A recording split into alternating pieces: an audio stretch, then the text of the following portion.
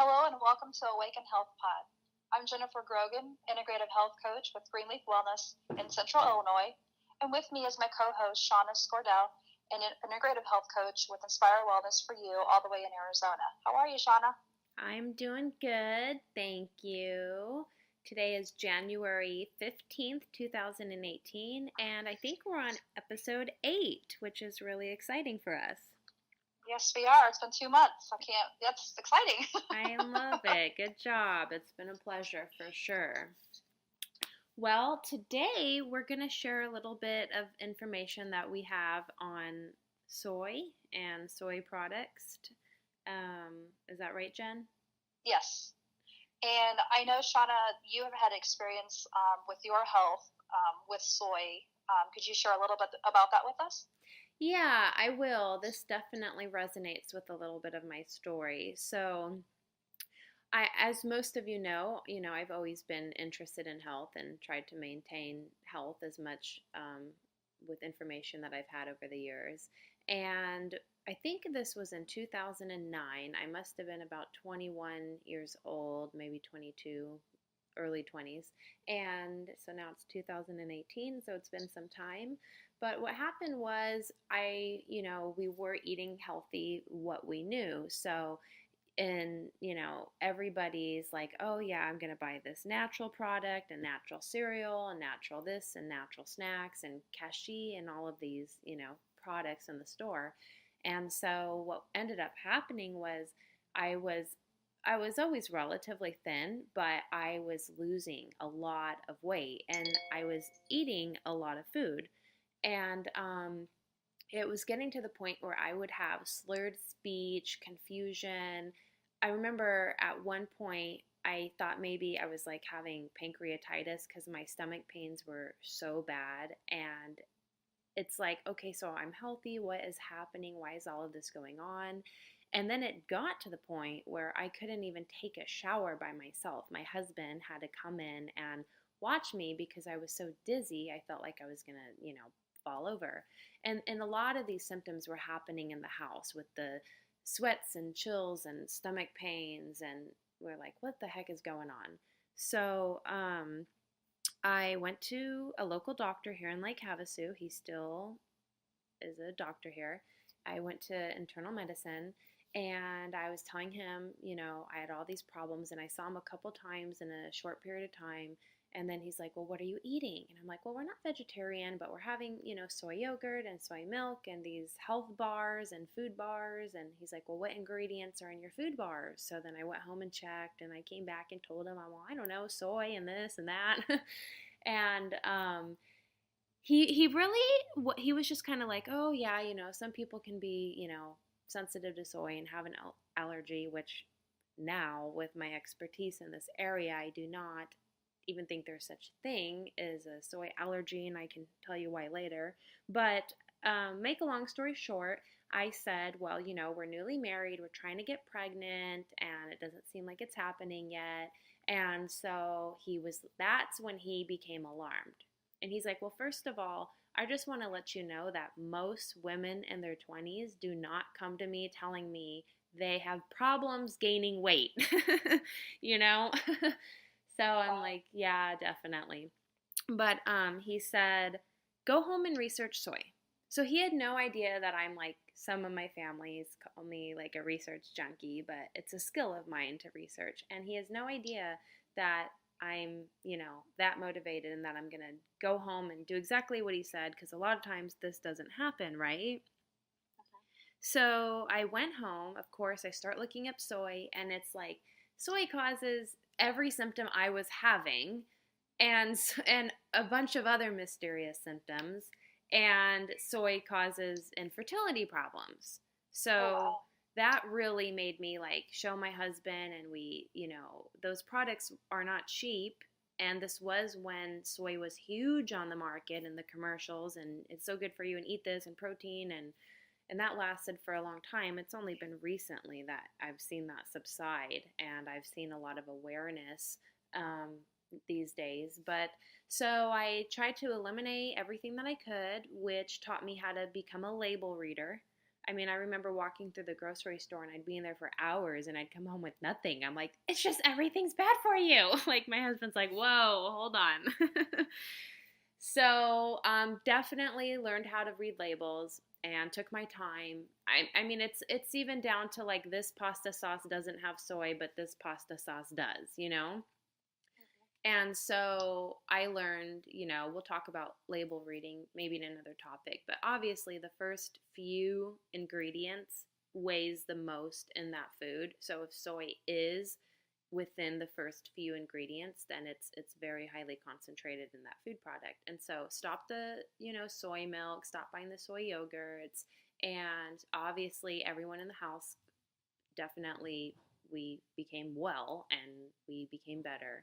And then this started me to, okay, well, now I know that the cows are fed soy, and so the milk we're drinking has soy in it, and the chickens are fed soy, and everything was being fed soy. And it was a mission for me to find, how do I get raw fresh eggs from my family? How do I get real raw grass-fed milk? How do I get grass-fed beef? Which all of this was also costly. I mean, 2009, the recession just hit, Wow. So I started traveling, making like 7-hour round trips each month to get milk and beef and eggs and duck eggs and all of this stuff. And so my point with this is that the biggest thing for me is that a lot of foods have phytic acid in it. Well, this isn't the biggest because I always tell my clients, I'm like, look, I'm not going to restrict you. I'm not going to tell you things you can't have. But if you eat soy, then we have a problem. We can't work together. It's like a little joke. And so basically, soy has really high levels of phytic acid, which causes mineral and nutrient absorption to be blocked. I mean, my friends were like, look, you have a tapeworm. I'm just telling you. And I'm like, no, I've been to the doctor.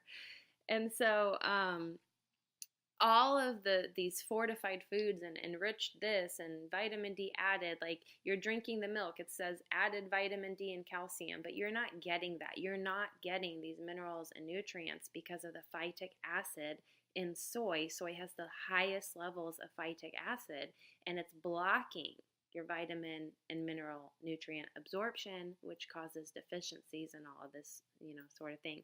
So, I know we have a whole bunch of things we want to cover, but that is part of my story. And like I said, I've always been into health into my early teens, and then this happened in my early 20s, and now I'm in my still early 30s. And so it's definitely part of my story. It's a big one along my journey. Well, I'm sorry you went through all that, but I'm really happy that you got through it and that you're more knowledgeable in that area for your health and for your family's health. Thank you. Yes, we did get pregnant, had children, and have a happy, healthy family, and very, very grateful. And I do thank you for that so much. So go ahead. Yeah, well, let's get started on some more topics. I'm gonna let you go because I just talked a whole bunch. Well, I do know this is more of a controversial topic of soy because there's so many people that do good results from it, and there are those that have, like you, the issues with it. So I know that there's good nutrients and bad nutrients in soy, and I know that there's different forms that it comes in, and I know that in my research I'm finding that the fermented soy may be the safest in smaller amounts. So not saying you can't have soy, just play around with it and see if you have reactions, be aware, and do what Shanna did and remove it, and maybe your body will have a better response to it. So I know that you were talking about infertility and different things. I know it can play part into the hormones and the thyroid and stuff, with going into the isoflavones and how that has an effect of everything. So a little bit about those, the estrogen. I know this was one that you wanted to talk about today too, was in the estrogens, because men and women both have estrogen in our bodies. So the isoflavones kind of come in and kick those in a little bit, and causes a little bit of a reaction, right? So Yeah. the way estrogen works is that they travel into the nuclei of the cells and it activates estrogen receptors. And the problem with estrogen receptors is that it's very selective in the substance that can activate it. So soy contains large amounts of the biologically active components, which are the isoflavones, which function as phytoestrogens. Right. Correct? So yeah, and then go ahead. I'm sorry. Well, I was just going to say that the isoflavones, are classified endocrine disruptors. So a lot of people are aware of that. Yeah. Which sounds like what you had dealt with in your health. But it plays part in the hormones. Yeah. So that's an eye-opener for people that consume maybe too much of it. Yeah, as little as 4 tablespoons of soy per day can result in hypothyroidism. And then this can cause, constipation. That's where we get the weight gain with soy, is from the isoflavones disrupting the endocrine system. And yeah, I mean that's big. Your endocrine system. That's depression and happiness and hormones and immunity and. Right, and I know a lot of people like protein. Soy protein's out there, which I know you had said that it's in the milk, it's in the meat, and everywhere.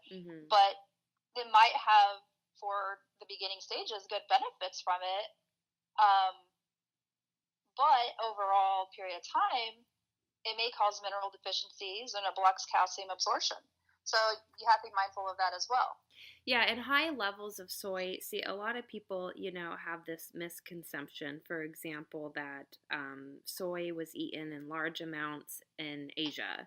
No. Average consumption of soy foods in the China area is 10 grams, which is about 2 teaspoons per day. And of course, like you mentioned, this is fermented.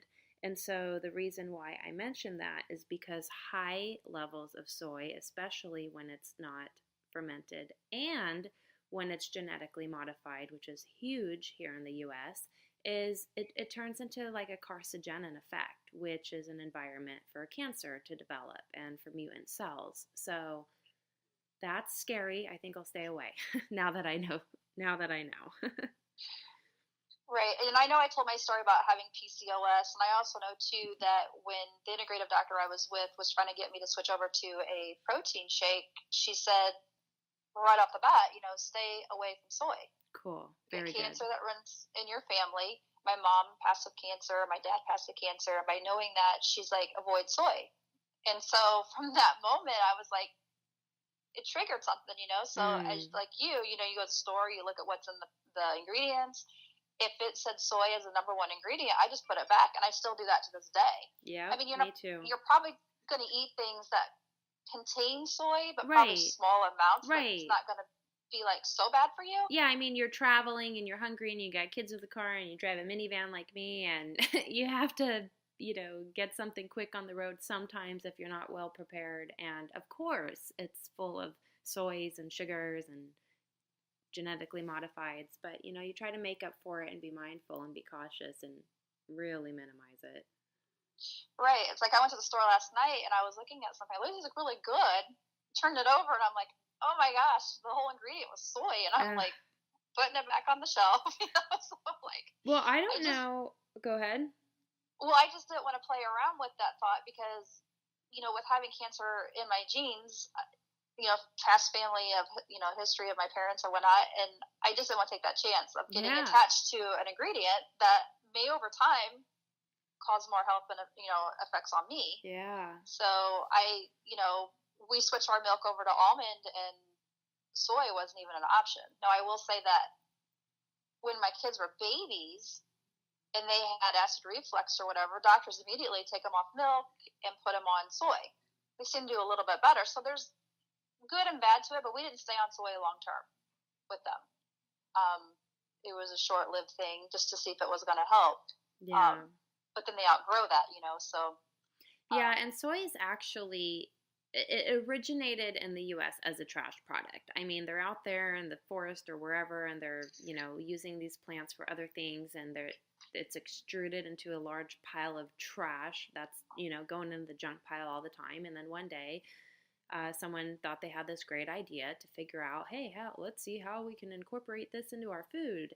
And it's so unpalatable that it has to be so highly processed, so very, very high temperatures, and washed with this and processed, and it's just like a crazy, crazy process, and none of that's good for you. That's where the carcinogens increase. And I mean, it just started out as a trash product. It's not a real food. It's not. And especially in the genetically modified sources that we have it. So China, Asia, they're having, non-genetically modified, fermented, in broth, very, very, very little tiny pieces a day, if that, small percentages. And so they're not going to have, these wild adverse effects like we are, where we're amplifying the concentration of it.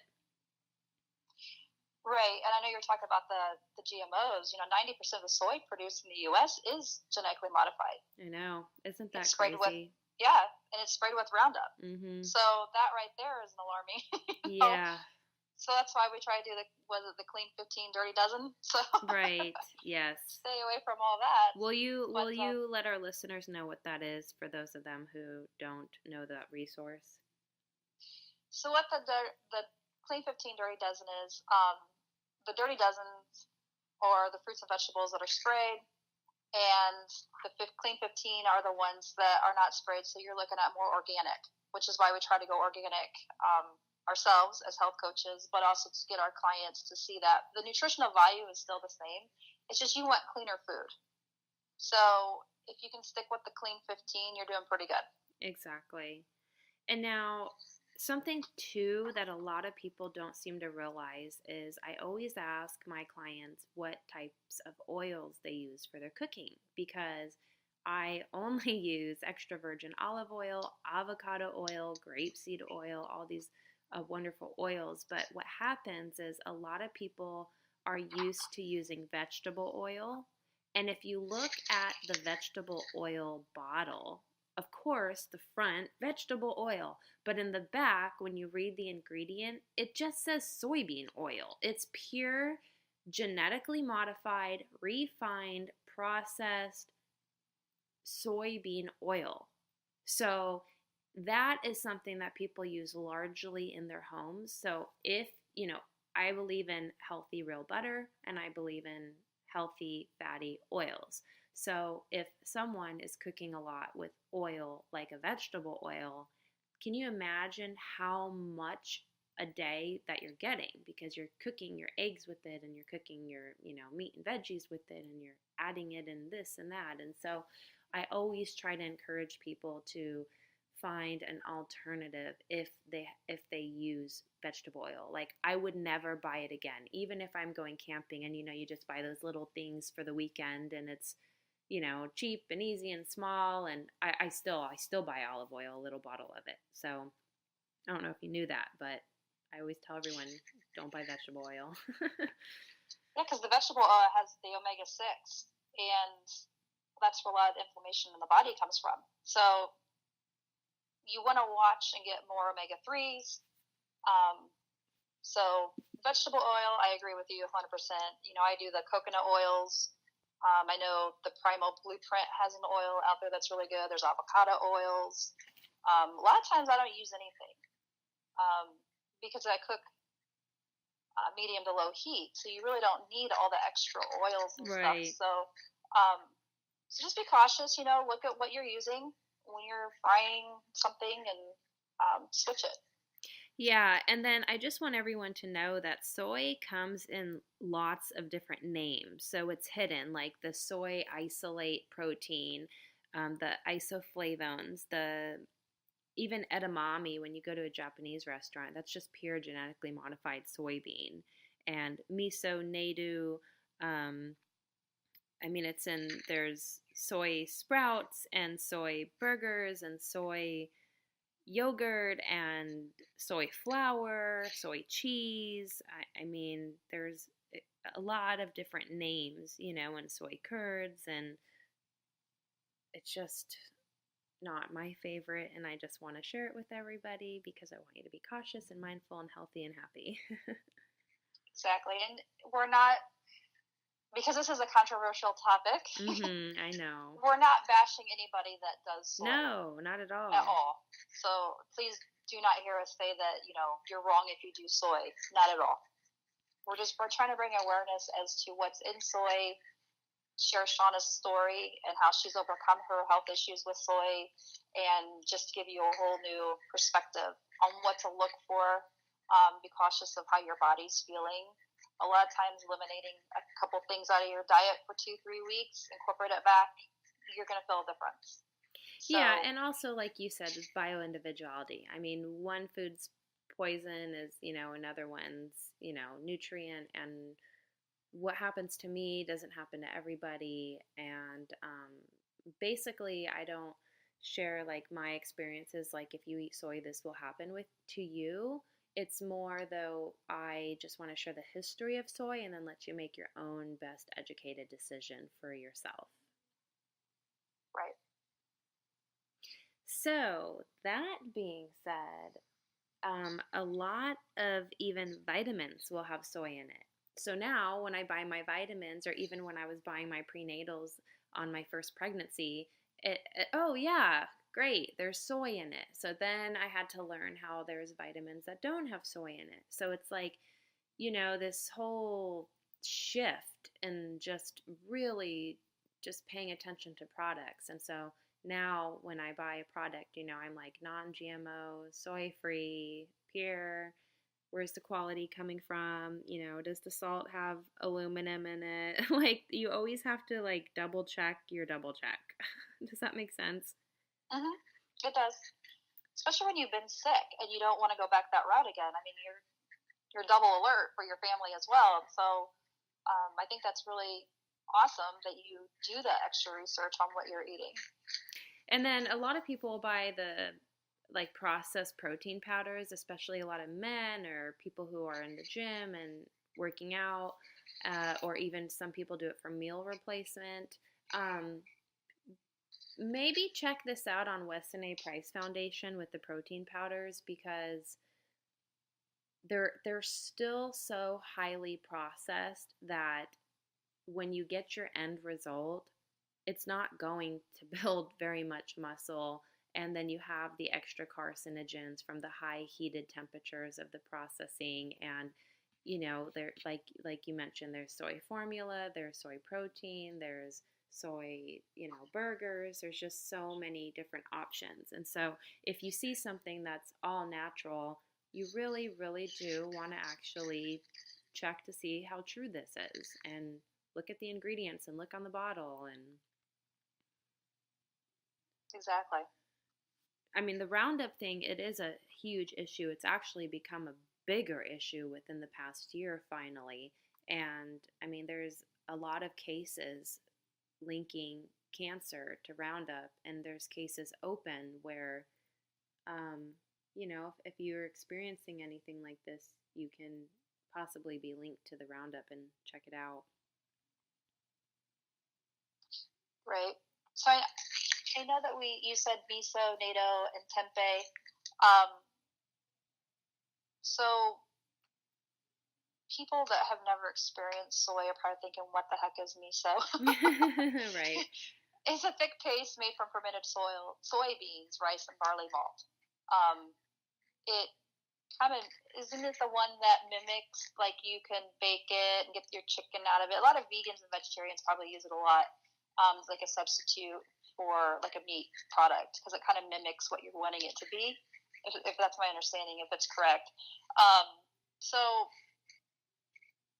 soy is highly processed. So the foods that you want to avoid would be the soy cheese, the soy yogurts, and stuff like that you said. So you want to focus on traditional forms of soy. Right, because of the high fermentation, and typically those will come non-genetically modified. And then there's soy milk. That's finely ground soybeans soaked and strained to produce a milky liquid. There's just different things that you go to the store and look at it and see what you think. If you're not familiar with it, you may look at it and go, what the heck is that? Yeah. There's the tofu, soybean curds, tempeh, they're whole soybeans fermented into a cake or patty. So there's different things out there. You've already touched base on the edamame. Then there's soy nuts. It's like you said, it's everywhere. So you just want to be really cautious. I don't know. It's one of those, if you try it, just be cautious and be aware of your body and your reactions. That's all I mean, if you're not already using it, the more likely you probably won't go and start trying it. But if you are getting into that route, just be really cautious and mindful. Yeah. I mean, even some people will think, well, like I said, the phytic acid that blocks the nutrient absorption. Well, then, I know there's people who will say, well, there's already vitamins in soy, so, don't you get those? But for example, what happens with that is the compound that resembles like vitamin B12 in soy, it can't be used by the human body. So soy foods actually give you a deficiency because of the phytic acid, and they actually require you to have vitamin B12. And so the actual B12 compound that's found in soy, again, can't be used by the body, so you're not getting it. Then you're getting deficient from the phytic acid. Then you still need B12, and you're still lacking it, you're still deficient, and then you're not getting the health benefits of having, a balanced nutrient there. And it's a tough subject. I know it's controversial. Obviously, I have very strong opinions about this that I'm, not going overboard on.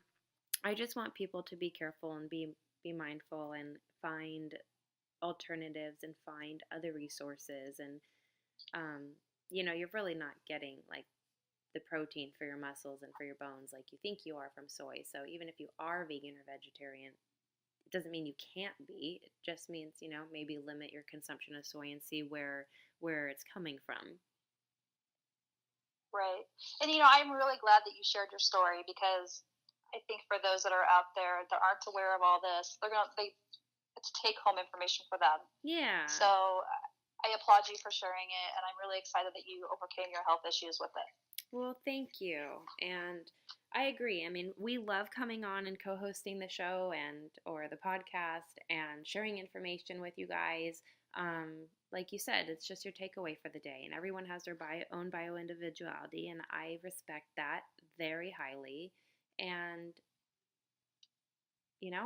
some topics we're going to share and you guys are going to love it, and some topics might not resonate so much with you, but we just want you to keep listening and keep sending in your feedback and your comments and the topics that you'd like us to share about, and we're more than happy to do it. We love having these podcasts. Yes, we do. And we value your opinion. So please, if you've got things that you want us to talk about, if you want to share how you felt about something we've already shared in a podcast, that helps us as health coaches to know what you're wanting out of us for listening, information. We're open-minded to what you have to offer to us and what you're wanting us to talk about. So please share with us. Thank you. I agree. Coaches at awakenhealthpod.com. And Jen, I hope you have a wonderful week, and we'll talk with you guys in 7 more days. Thank you so much. Bye. Bye-bye. Bye-bye. Bye-bye. Bye-bye.